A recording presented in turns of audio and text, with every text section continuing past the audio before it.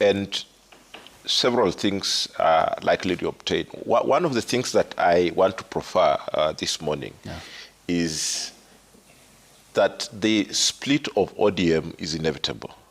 And I dare say, to me, having interacted with the party and its leadership, I would almost say that it was premeditated and acutely planned by the former, party leader, may he so rest in peace, Raila Odinga.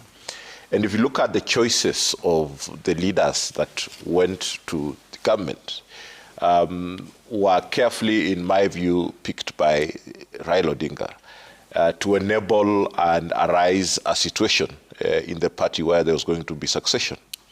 The choice of Oparanya, the choice of Joho, the choice of Mbadi, the choice of Wandai, in my view and my own political instincts, is that the party leader was signaling that there is some deadwood I need to chop off. And they seemingly have come out as the readily power-hungry people who are willing to compromise sufficiently to join any arrangement.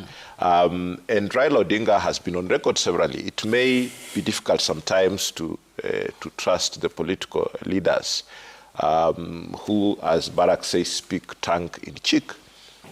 But he seemed to struggle with the acceptance that ODM was formally in a working arrangement with UDM. And to me, that seemed that he had two competing groups and interests, one which was ready and keen to get power without principle, and he offloaded that to the executive.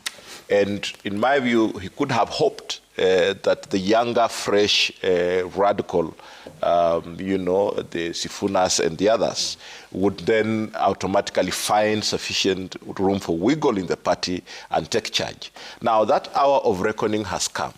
Who has the significant influence within the membership? Because we know Raila Odinga's modus operandi, that if he didn't like you, he wouldn't waste time. I mean, there is the issue of the former Secretary General, Ababu Namwamba, and how he dealt with him in the National Elections Conference.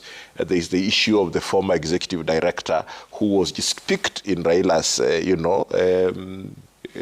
circle and kicked out of the party.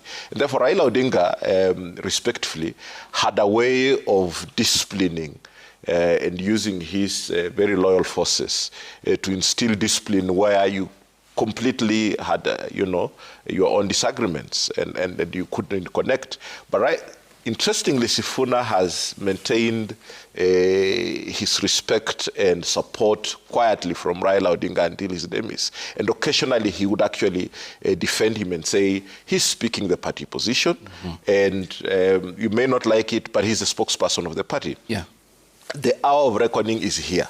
Will the young Turks in ODM that, in my view, were given room by sending off the others to the executive, manage to hold their own in the absence of Raila Odinga? It is up to them to convince the party leadership.